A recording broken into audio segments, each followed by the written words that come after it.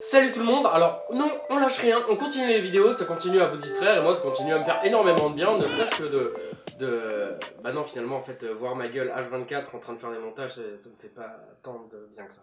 En tout cas aujourd'hui on se retrouve pour une vidéo que j'ai pris l'habitude maintenant de faire mensuellement. Pour la simple raison qu'en fait bah ça vous plaît, vous êtes pas mal à chaque fois à me faire pas mal de retours là-dessus, comme quoi c'est cool et que vous aimez savoir ce que je fais.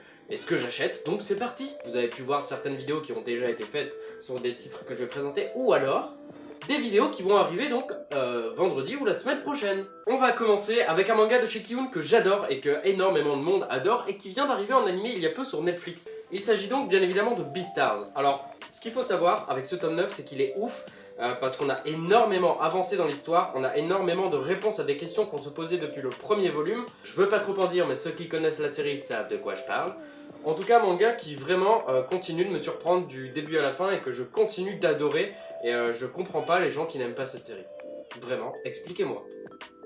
Ensuite, on va passer sur un manga que j'ai présenté aussi il y a 2 mois, 2 mois et demi, 3 mois, et que je continue évidemment de lire, d'acheter et d'adorer aussi, ce qui est plutôt un bon point. Il s'agit donc du premier Yuri que j'ai vraiment acheté et que j'ai lu par moi-même et que j'avais envie de découvrir, et qui s'avère toujours aussi sympa. Les personnages continuent de se développer dans le bon sens du terme, les personnages ne sont finalement plus si chiants, de par leur saut d'humeur et leur je sais pas ce que je veux, et leur indécision du coup.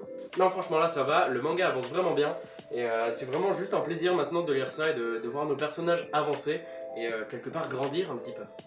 On m'a passé Twin Star Exorcist tome 1. Un abonné m'avait dit dans les commentaires que ce serait vraiment cool que je fasse une revue dessus parce que le manga était vraiment cool apparemment. Ce tome, je crois qu'il traîne depuis un moment, je l'avais rendu, on me l'a repassé.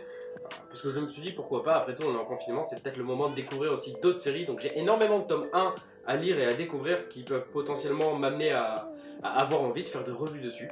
Donc on verra bien, en tout cas pour l'instant je peux pas vous dire ce que j'en pense parce que je l'ai pas lu. Drifting Dragon, ou Dragons, je sais pas. Du coup, titre qui vient de paraître aux éditions Pika et qui donc s'avère être un seinen d'ailleurs, je savais même pas, je pensais que c'était plus un shonen. On m'en a dit énormément de bien comme énormément de mal, du coup je sais absolument pas quoi en penser. C'est pour ça que du coup je me suis dit que j'allais le lire tout simplement et me faire mon propre avis dessus. J'adore l'heroic fantasy, je kiffe les dragons c'est un petit kiff aussi personnel à dessiner. Andreas, tu passes par là, tu sais que j'adore ça maintenant. Donc voilà, je me suis dit que ça pouvait être cool de lire ça et de me faire un petit avis, savoir si c'est une série qui vaut la peine du coup d'être lue et d'être achetée et d'être continuée ou pas du tout. Pour l'instant j'en ai aucune idée, peut-être qu'il n'y aura pas de revue manga dessus, je sais pas, en tout cas il y aura sûrement un petit post Instagram parce que du coup Instagram ça me permet aussi de présenter des titres que j'aime pas forcément. Spider-Man, toutes les vies du tisseur, donc c'est du coup en gros un gros livre qui relate un peu tout... tous les différents Spider-Man qui existent donc à travers les comics. Du coup là par exemple on voit sur tous les films qu'il y a eu ou même les séries japonaises qu'il y a eu, parce que oui il y a eu des séries japonaises pour ceux qui ne le savent pas. Et en ce moment j'ai un petit délire avec Spider-Man et donc non franchement c'était cool à voir. J'ai pas encore eu l'occasion de le lire entièrement parce que j'ai énormément de lectures aussi à faire, mais en tout cas c'est cool de voir un petit livre qui ressasse tous les Spider-Man vraiment différents, Spider-Man en comics tu vois, donc t'as les films. Non franchement je vais lire tout ça, je pense pas que je ferai une vidéo sur Spider-Man à moins que j'ai une énorme idée, mais je ferai en tout cas des posts Instagram, j'ai déjà eu pas mal d'idées de photos qui peuvent être cool et intéressantes à vous montrer, et donc dès que j'ai lu ça, il y aura un petit post Instagram, vous en faites pas. Ensuite, toujours chez Inis Éditions, du coup j'ai eu un hommage à Tolkien. J'avais eu aussi il y a peu l'hommage sur Akira, parce que voilà, ça parlait du manga, et là comme ils savent, et qu'ils finissent par me connaître, parce qu'on discute pas mal, et ils savent que je travaille sur un énorme projet qui me tient à cœur, que je travaille aussi sur une vidéo qui sera en rapport avec Tolkien, et que le projet que je fais personnellement s'inspire énormément de Tolkien, parce que c'est mon auteur de littérature favori, donc ça je l'ai lu, pareil j'ai fait un post sur Instagram, pour en parler parce que franchement je trouvais ça fou, ça relate énormément de choses, dont un vieux jeu de société que mon père avait et qui m'a donné, et du coup ça m'a fait bizarre de le voir alors que c'est un jeu dont personne ne parle et dont tout le monde s'en fout puisqu'il est extrêmement vieux. Non franchement c'est un ouvrage extrêmement complet que je trouve fou, donc si jamais vous aimez Le Seigneur des Anneaux ou que vous aimez Tolkien de manière générale, n'hésitez pas du coup à le commander parce que franchement c'est un ouvrage très complet qui peut en apprendre beaucoup aux novices comme aux passionnés qui ne connaissent pas l'univers ou qui ont envie de découvrir son univers.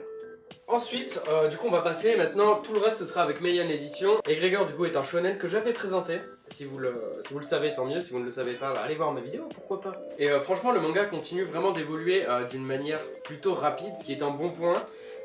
Les dessins sont toujours aussi fous, l'histoire se développe vraiment bien aussi, les personnages commencent à mûrir personnellement dans leur vie. Et donc en fait, c'est un plaisir de continuer à les suivre et à voir quelques-uns en fait se faire allumer la gueule.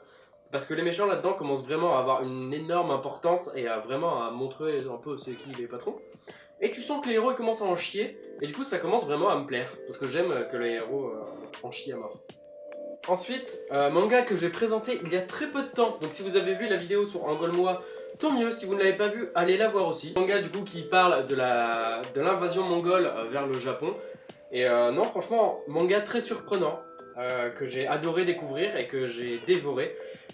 Ça je l'ai dit aussi dans ma vidéo, franchement ça a été une énorme surprise parce qu'au début j'étais pas vraiment attiré par le fait de commencer cette série alors qu'en fait elle est vraiment cool. Donc voilà, non, petite surprise qui m'a fait du bien, une bonne découverte manga qui fait plaisir et donc franchement je vous conseille également de pourquoi pas tenter l'aventure si vous n'avez pas encore commencé cette série. Ensuite donc les 4 derniers volumes, donc 35, 36, 37 et 38 de Kingdom.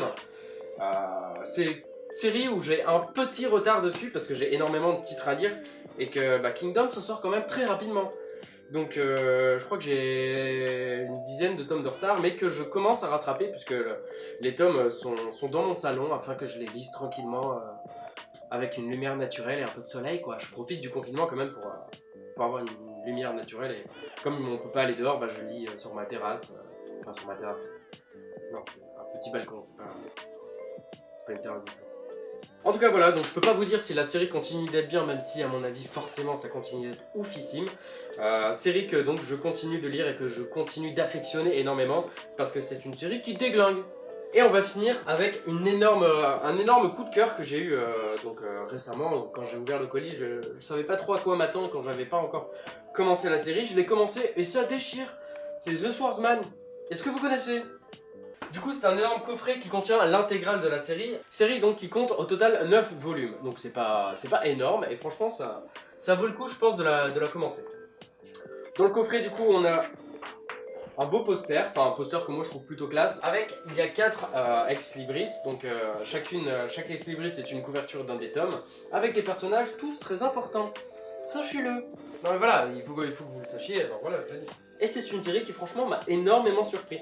Parce qu'à la base, voilà, je savais pas trop à quoi m'attendre, mais le dessin est quand même monstrueux, l'histoire était cool, 9 volumes je me suis dit c'est pas excessif, je pense qu'on peut avoir une belle surprise avec ça, et effectivement ça a été une énorme surprise parce que chaque soir en général je lisais 1 à 2 tomes, juste avant de dormir parce que j'étais vraiment plongé dedans et ça m'est arrivé une soirée, voilà, je me confie à vous, je ne savais pas dormir, j'ai dévoré 4 tomes de suite, après j'étais fatigué donc je suis allé me coucher, mais sinon non, franchement quand on commence la lecture on s'y prend. Et c'est une excellente surprise. Franchement, Meian bien joué d'avoir acquéri ce titre, parce qu'avant c'était pas à Meian, c'était à je sais plus chez quel éditeur, j'ai pas envie de dire de conneries. Mais du coup, Meian a récupéré la licence, et franchement, félicitations, parce que c'est du génie d'avoir récupéré ça, parce que c'est une énorme série qui déchire. Personnellement, j'aime beaucoup. En tout cas, voilà, vous avez vu pas mal de titres dont je vais parler très bientôt. Des titres dont j'ai déjà parlé et que je vous conseille donc d'aller voir en vidéo si ce n'est pas déjà fait. Moi ça m'a fait du bien de continuer à parler et continuer à faire des vidéos parce que c'est un truc que je continue à aimer et visiblement les vidéos achats ça vous plaît. Donc moi je fais ce que j'aime et vous regardez ce que vous aimez, c'est-à-dire moi. En tout cas ça fait énormément de bien de voir que vous êtes de plus en plus, parce que le nombre d'abonnés continue de monter, ça fait chaud au cœur. Je reçois pas mal aussi, de plus en plus, je sais pas pourquoi, c'est peut-être le confinement qui fait ça, vous pétez un plomb, mais vous m'envoyez énormément de messages positifs sur Instagram et franchement ça fait du bien.